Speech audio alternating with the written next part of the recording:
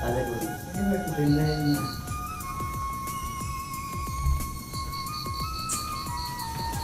আর কি করতেছো? ছাড়ো। কেন এই শাড়িটা খুললে তোমার তো ভালোই লাগছিল, খোলো না। পাগল হয়ে গেছো? বাহ, এমন ভাব করতেছো মনে হয় তোমার শাড়ি আমি প্রথম খুলতেছি, আগে পরে কোনো খুলে নাই। দেখো এদিকে ঘরে, এদিকে ঘরে। আর দাঁড়াও না। আহা, এই আমি কি তোমার ভাসুর না শ্বশুর যে আমার দেখে লজ্জা পাইতেছ? লজ্জা পাচ্ছি না। প্রতিদিন এই অফিসে যাওয়ার সময় আমার জামাটা তুমি উঠাই দাও।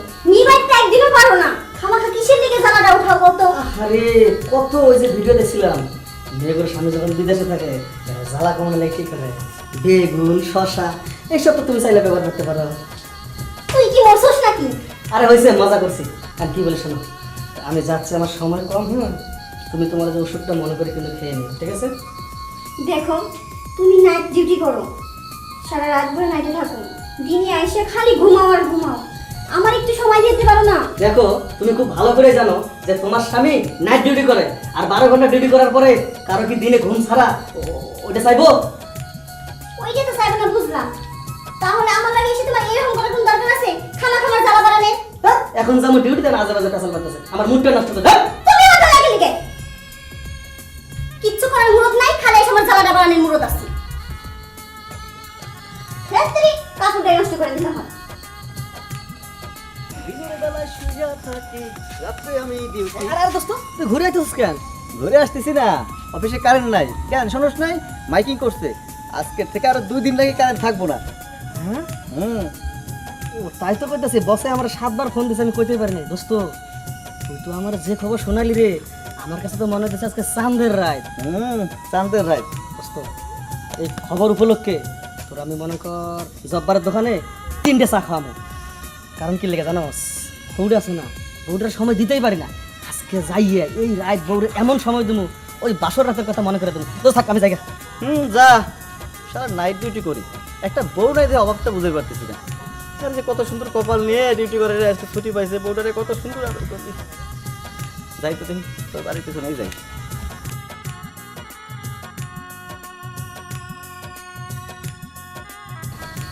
রাত্রি কিচ্ছু ভালো লাগতেছে না, কি যে করি। কি রে, তুই এখানে কি করিস? এগুলো বুঝতেছি।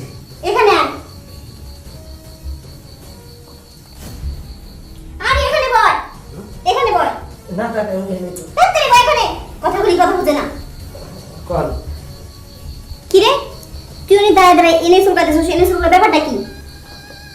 থাক ম্যাডাম, নাই কইলাম, ও কথা আর আপনার শোনা লাগবে না। বলবি তো কি হয়েছে?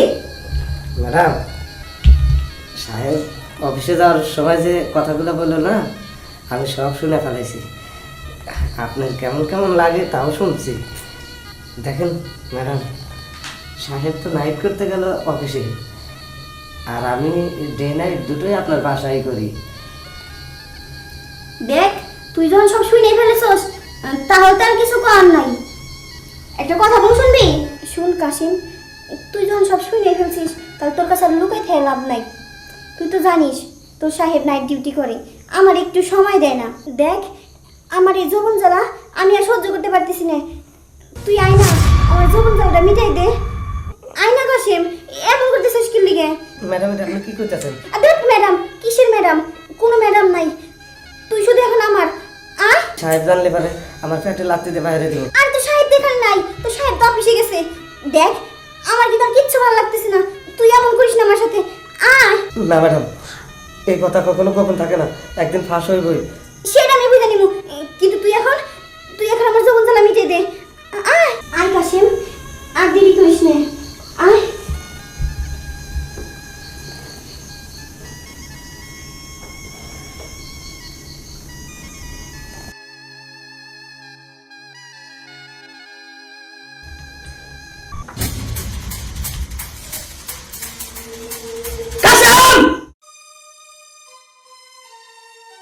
পারবেশ, তোর বিচারটা আমি পরে করতেছি, আগে এই মানুষ রূপী জানারটা এর বিচার করতেছি। আমার ভাবতেও কষ্ট হচ্ছে যে আমার বাবা বিশ্বাস করে এই বাড়িতে, শোন, বাবা যদি এই বাড়িতে তোকে না রেখে একটা কুকুর পুষতো না, সেই কুকুরটাও এই বাড়ির খাবার খেয়ে মালিকের গুণগান গাইতো। আর তুই কি করলি? হ্যাঁ, তুই কি করলি? তোকে আমি আমার বাবার মতো সম্মান দিয়েছিলাম, আর তুই এই বাড়িতে যা করলি আমার বলতে লজ্জা করছে। তাই এই হাত তোর উপরে ওঠানোর আগে এখান থেকে চলে যা। বেরিয়ে যা, যা বলছি। সরি। চাপ কর, কাল লাগিয়ে বাচ্চা। সরি না? তুই কি কোনো লোকাল বাসে উঠেছিস যে তোর পায়ে কেউ পাড়া দিল আর পাড়া দিয়ে সরি বললো? দেখ, তুই যে কাজটা করেছিস আমার ডিকশনারিতে সরি বলতে কোনো শব্দ নেই। লজ্জা করে না?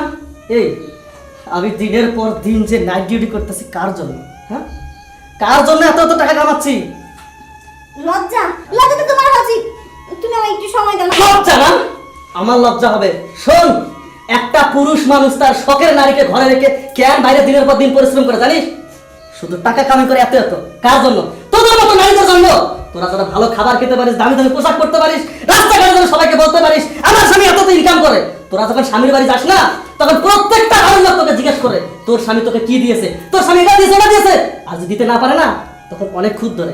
আমার বিয়ের সময় আমার মেয়েকে বলছিল এটা দেবা ওটা দেবা, কিছু দিতে পারবে, এটা বলতো, তাই না? এই জন্য আমি এত কষ্ট করি।